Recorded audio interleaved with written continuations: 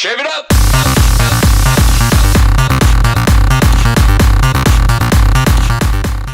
How one believes others to see him or herself is largely dependent on the context in which they are engaging in social interactions. If you choose to pursue athletics, it will consume the majority of your adolescent life and perhaps even more. As a child, much of your time, thought, and resources are spent in pursuit of your dreams. This also means athletes make lots of sacrifices along the way. Grades and social engagement no longer seem as important as practice. Regardless of your level of competition, your identity is central to your sport. Eventually, your career will come to an end and you must retire. Numerous hours once dedicated to their dreams, which also helped shape who they were, have now become available. If these athletes do not redefine their self-concept, then how will they be filled? The transition out of sport constitutes a disruption to self-defining activities and marks an identity change.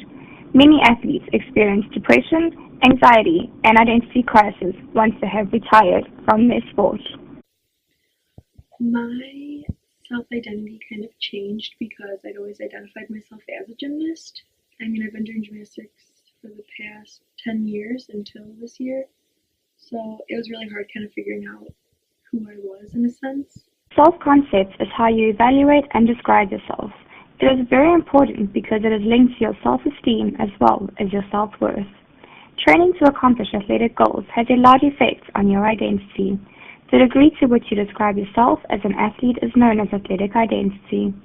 There are many different levels to this, and those who see themselves exclusively as an athlete have the hardest time adjusting to life once they have retired. This is known as tunnel vision, since all these individuals will be able to focus on is their identity for closure. Redefining your self-concept is arguably the most difficult barrier to overcome upon retirement. Athletes experience pressure to excel at what they are doing by parents, siblings, coaches, and friends. In this day and age, lots of money and resources are used to work towards athletic goals, such as making a national team, getting a full ride to a top university, or the ultimate goal, becoming an Olympic champion. Retirement constitutes the end of this identity, which may leave athletes at risk.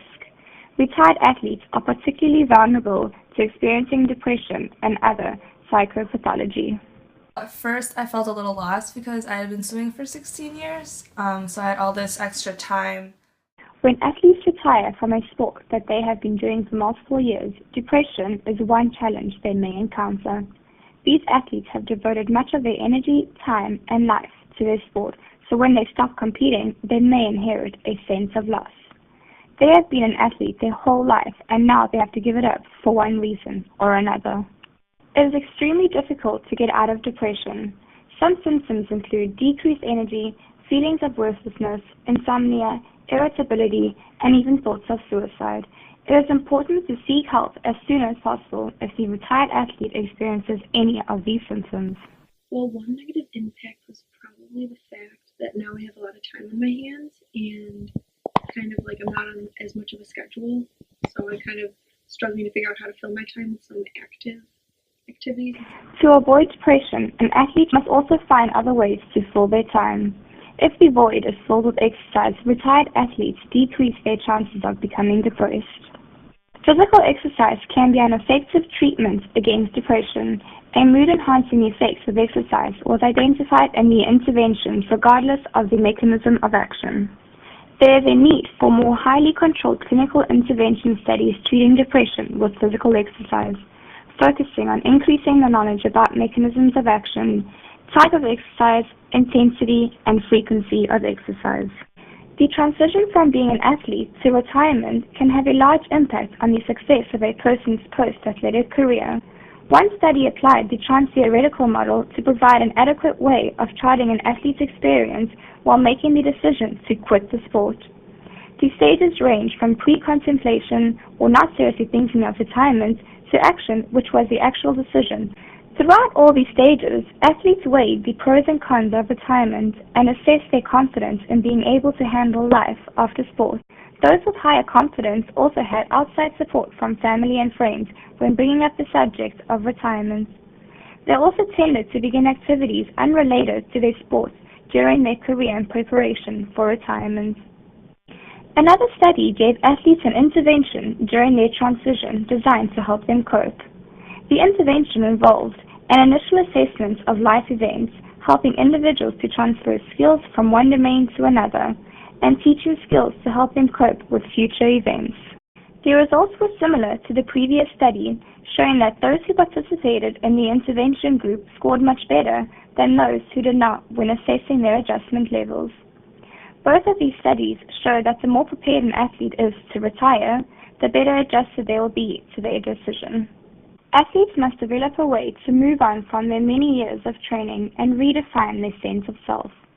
Specific coping strategies such as having other interests, keeping busy, continuing to train or exercise are positively correlated to coping with retirement. The American College of Sports Medicine has set out some guidelines for daily physical activity that include either 20 minutes of vigorous physical activity at least 3 times a week or 30 minutes of moderate physical activity 5 times a week. Athletes are a population that is usually ignored when it comes to getting people to exercise because of how active they are on a regular basis. In fact, promoting lifelong physical activity is vital and should be recognized as a concern for this special population. Becoming sedentary once you have retired has more significant effects on health than the average sedentary person. A review of athlete training studies has shown that former elite athletes may be more susceptible to inactivity-related increases in risks for certain types of chronic diseases such as diabetes and cardiovascular disease. For this reason, it's particularly important for the retired athlete not to become inactive.